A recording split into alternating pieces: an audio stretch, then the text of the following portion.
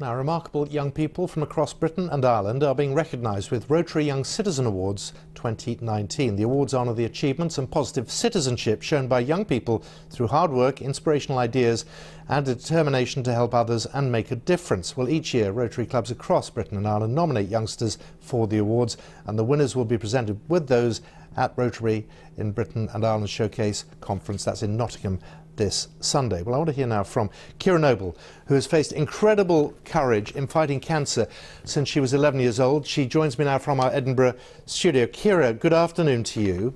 Good afternoon. So, 4 years ago, you were diagnosed with neuroblastoma, which is a very aggressive cancer. Yeah, doctors initially didn't spot it, perhaps, and when you went in for treatment, your initial reaction was to just help others. Yes, so 4 years ago I was diagnosed with neuroblastoma, and that took about 7 months for me to be diagnosed. The GPs just kept putting it down to hormonal. I was at that age where I was kind of just all that kind of stuff, and so eventually it ended up that I did have cancer about 7 months later, and ever since then I've just decided that just helping people is going to be my main focus. Like, the treatments are hard and all this stuff, but like helping the people just makes your day. Like, I've had people come up to me and say that like, I wear wigs and stuff, and so I've had little kids' parents come up to me and say, what wigs are good, how do you feel comfortable with your wigs? Or like, a little kid has once, like, their parent came up to me and was like, oh, my kid's banging their head off the wall, like, why is she doing this?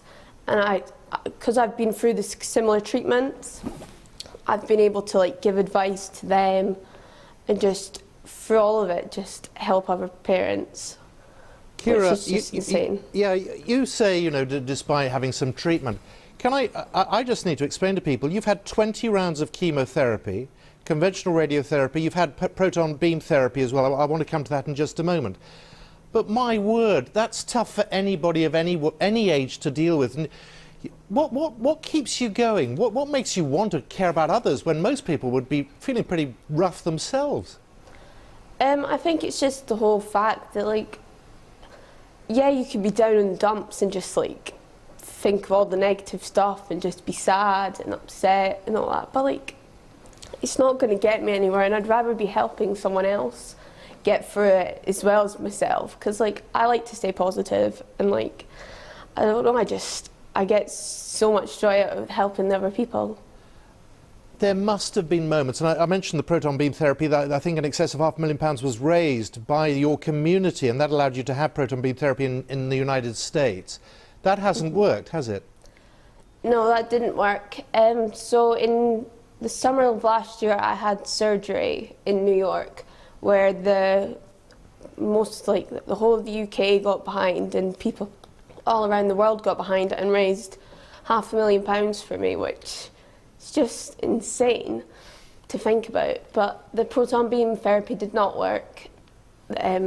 Yes, and so earlier this year I was told I was incurable. So like, that's hard, but. Ciara, I'm looking at you. This is, I know, very difficult, emotional for you, but I have no idea how someone in your position, at your age, you're 15, you're still doing what you do. You still want to help other people. You're not worried for yourself, given that your prognosis is terminal, as you say. Yeah, like, just knowing that eventually this might take over my body, I don't know. But just the treatment I'm on just now gives me, which is an ALK inhibitor, which I've got this thing in my cancer called an ALK mutation, which if this bit can be controlled, hopefully my cancer can be controlled and I can live a normal life and just help other people. And like, doing the Glow Gold campaign last year, like, that just helps me get through it and forget that I'm actually ill. Like, I don't like thinking that I'm ill, and I don't wake up every morning and think, oh, I'm ill, like this and that. I enjoy helping other people and seeing where that gets me. You may not think of yourself as being ill. Do you think of yourself as being inspirational? Because, my God, I do. Thank you. Well, do you realise what you bring to other people, given where you are? I mean, I do see it as like, I am obviously, I've become like an advocate for childhood cancer. I put myself out there and I like to raise awareness because people need to know that this can happen to anyone. I was a fit, healthy, young girl who just was living life every day, going to school, everything like that. And then all of a sudden my world came crashing down. But you just got to pick yourself up, get on with it, and move on with life. Well, and help others. You say that, Kira. I mean, it's easy to say. It's very, very difficult to do. But you're called Kira the Machine, aren't you? Because your Facebook page, that's the name of it. Yes. So me and my mum run a Facebook page called Kira the Machine, where we show the good bits, the bad bits, and just the whole actual life living with cancer. As that's helping to raise awareness and show people that it's not just as simple as you go for treatment and that's it. Do you think you're brave? I mean, I don't always like the word brave because I feel like that means that I had a choice when I didn't have a choice. Like, I didn't choose to go through this, but people call me brave and I'm okay with it. Well, I call you brave. I mean, I'll quote the Rotary president, Debbie Hodge, who says your positive attitude is an absolute inspiration to everybody, and nobody watching this is going to disagree with that. Do you ever have a break? I mean, do you switch off at all and just look after yourself? I mean, sometimes you've got to have those moments where you just are doing stuff for yourself. But I do a lot for myself all the time. But you know, keeping the page updated and making sure that everyone kind of has like a wee update, you know, is a lot of effort for especially my mum. But like, you know, these people have raised so much for me and like put so much of their time into me. Like, I feel like I need to give back to them in a way, in a good way.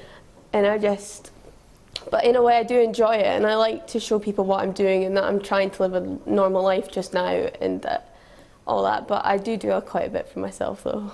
I bet your mum, it's odd, isn't it? I think your mum, I mean, Yes. she must be very proud of you. She is, very much so. I think anybody watching you will feel the same. And it really is a great, great pleasure to talk to you. And I wish you well at the ceremony at the weekend. What does it mean to win an award like this? It's just incredible to be that I was even nominated for this in the first place. It's just insane. And then to win it, it's just even more amazing. Like, so amazing. Kira, you have a great time at that ceremony. Thank you. And as I say, we all, I know, and I speak for everybody watching, we all send our love to you. Kira Nobles, thank you very much.